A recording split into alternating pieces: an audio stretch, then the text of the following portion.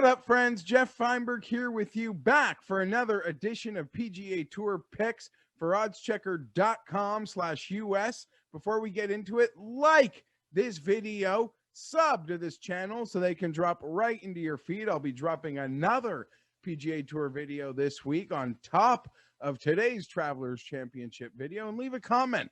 Tell me who you like this week for the Travelers Championship. We've got 4 picks for you today, ranging from 30 to 95 to 1, using that odds checker grid.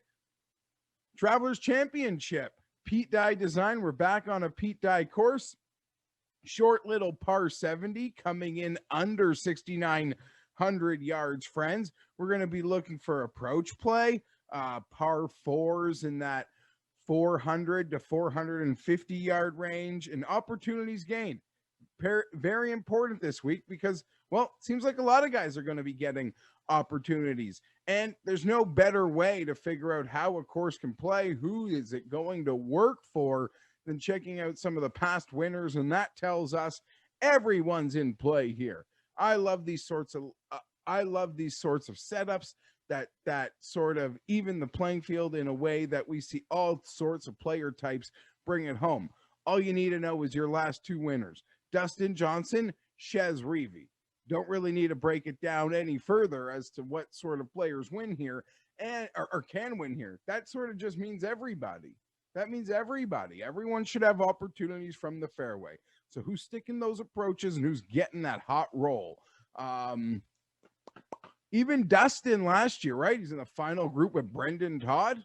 I mean, you couldn't have a larger contrast of 2 players going head-to-head for a championship. So let's get right into it. I got 4 picks for you. We'll start with my Pete Dye specialist, everyone's Pete Dye specialist, the guy that, you know, he's fallen shorter on the odds board probably as we are talking, but by, you know, every Pete Dye event, he seems to check in a little lower on the odds board, and that is no surprise. It is Abraham Ancer coming in at 30 to 1 when using that odds checker grid. I've seen it as low as 20 to 1. Some people were able to scoop up early 35s, 33s, but it seems like it just continues to drop. He had a miscut at Torrey, but of course, like Torrey Pines, I wouldn't expect that to work for a guy like Abraham Ancer. That's certainly not the type of course I would look to wager on Abraham Ancer at, but this one in Connecticut certainly is. He still finished 5th in the week with his ball striking. So he was really on point, doing what Abe usually does. It was the driver, it was a short game, really let him down, leading to that miscut, but there are really no worries here for me. 4 straight top 15 finishes before that U.S. Open. He was 11th here last year. We know how much he loves Pete Dye courses. He almost takes that Kisner money, but it's more expensive to bet Ancer. But for years, you know, Kisner was just sort of an auto bet at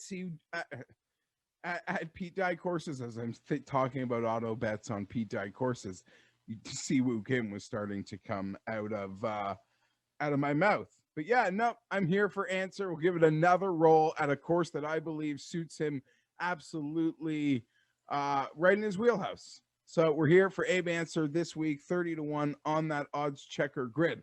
Let's move farther down the board. Really excited about this one from DraftKings Sportsbook. A 50 to 1 on Harris English, 33 to 1 as low as I've seen it as low as 33 to 1 on a few books, including over at Will Hill. So I'll be on English at 50 to 1. He is a form player. He is certainly in form at the moment.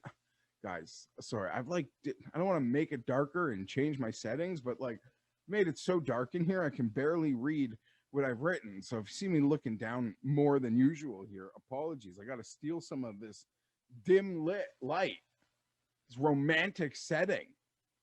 All right, I'll fix that up. But for now, let's get romantic with Harris English, 50 to 1 on that odds checker grid. 3rd at the U.S. Open last week. He was in the final group at Palmetto. We've been waiting for Harris English to find that form. It certainly feels like he has found it again. It started to come back, I want to say, Byron Nelson in late May. And we're really starting to see those great signs for Harris. And Sneaky, sneaky, sneaky. Harris English ranked 19th in the world at the moment. So I'm all about Harris English this week. Last year, he shot. Get it together, Feinberg. Last year, he had a missed cut at this event. Wow, that's annoying. Shot a 66 on Friday. So that's something that he's going to have left this place with. Am I taking that top 3 at the US Open and putting stock into that? Of course. And then by that, should this bet be Russell Henley at the exact same number? Potentially. And I could see that being pretty popular, but I'm looking a little past Henley and I'm going right to Harris English this week. Like I said, form player in absolute great form at the moment. So we are going to keep it on Harris English. Speaking of a player in form, we're here, guys. We are here. We're back here. His name is Rickie Fowler. 75-1 FanDuel Sportsbook. I'm seeing this thing as low as 50-55. So let's go. Thank you, Odds Checker Grid, for pointing that out to me. Usually a guy like this, even in the slightest amount of form, would come in at a shorter price. But I think this price is quite fair. Now that doesn't change the rules. I'm betting on Rickie Fowler, which means I got to find a charity to donate to this week for the same stake that I'm donating to a sports book in by wagering on Rickie Fowler. That's just the rules. I'm going to stick to them. I make the rules. I'm going to keep the rules. Listen, there haven't been many opportunities to bet Rickie. He doesn't get into a lot of the bigger events at the moment in time. But we made the rule to sort of discourage me from betting Rickie, that if I wanted to bet Rickie, we got to do something good. We can't just make one donation to a sports book. We have to make 2 donations, one to the sports book and one to a real life charity to try to do some good. But you know who's been doing good and doing it on the golf course right now? That is Rickie Fowler, guys. That is Rickie Fowler. 8th at the PGA, 11th at Memorial. Strong courses, strong fields, great finishes. Statistically, everything you would want to see from Rickie Fowler. Here's the thing. We've seen a really good, strong approach play from Rickie in those 2 events, averaging nearly 4.5 strokes gained in his approach in those two showings. That's a bread and butter for Rickie, that approach play. But the sweet spot is his putter, and that really had abandoned him through the dark moments. Well, the putter seems back with a 9th in strokes gained putting at the Memorial. That is a great sign. Putting, incredibly inconsistent. A guy putted well last week. That doesn't mean anything for me that he's going to putt well in the following weeks. If you're a bad putter and you had a really strong putting performance, if anything, I'm going to say no. That's like just law of averages that he's going to have a bad putting performance following that up. But if you're Rickie Fowler, who has for so long been such a good, strong, steady putter, one of the best putters in the world, that is not hyperbole. That's how smooth that Fowler stroke was for a period of time. When you finally get it going again, that excites me. I believe you've found something that can click. Could have been the smallest thing, but a little click and let's go. Whatever. I just wasted more money on Rickie Fowler. Let me do it, okay? Again, we'll find a charity. But I'm excited. I think the number's fair. Using that odds checker grid, we're certainly cashing the big one over at FD for 75-1. Final pick for me in this video here. Emiliano Grillo. Again, FanDuel popping some big numbers, 95-1 on Grillo. I'm seeing it as low as 66-70 when using that odds checker grid. His ball striking, his approach play in the last 36 rounds he's played, you could even break it down shorter, any time frame you want, has essentially been unconscious. Some of the best in the absolute world. The putter is not nearly as anemic as we remember it. It's actually been quite consistent. He had a bad week putting at the Memorial, but the stats have shown in this nice little run for Grillo, he has done a really good job following up bad putting rounds. Ball striking putting is going to win this for you. You can either do both really well or be absolutely unconscious in one and get just enough from the other, and that works at the Travelers. Obviously, on a bet with a bet on Grillo, you are banking on absolutely unconscious ball striking, which he does like consistently. 5, 6, like insane 7-stroke ball striking weeks, approach weeks for Grillo is quite common. Like, that's how good he has become.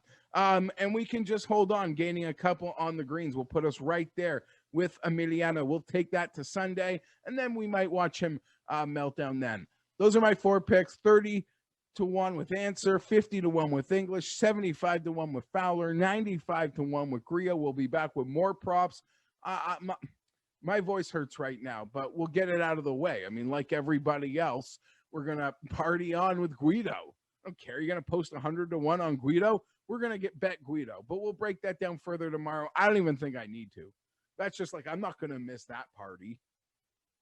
You know, he had back-to-back second places in Europe, had that great U.S. Open. We got to cash some fun props on him. Top Italian, a T20 that paid to the odds higher than Rahm outrights, which is pretty funny. And people even played him lower for T5s and T10s, and everything cashed. But fourth place at the U.S. Open, back-to-back second places in Europe. I mean, Higo won a couple times in Europe. To me, you know, the difference between first and second is razor thin. And he just came and won right away, too. So there's no, at this point, like, I don't know, Guido can win, but I'm crazy. And I think a lot of us are just going to have fun sprinkles on Guido this week. I'll certainly be one of them. We'll talk more about that tomorrow, because there's another triple digit that I certainly like a lot, and some great opportunities for props this week, especially if you're not interested in the top of the board. As you've noticed, I am not. I am Geoff Fienberg. One more reminder: like this video, sub to this channel, leave a comment, tell me who you think is going to win at the Travelers this week. We'll see you later in the week. From Odds Checker, I'm Geoff Fienberg. We out of here.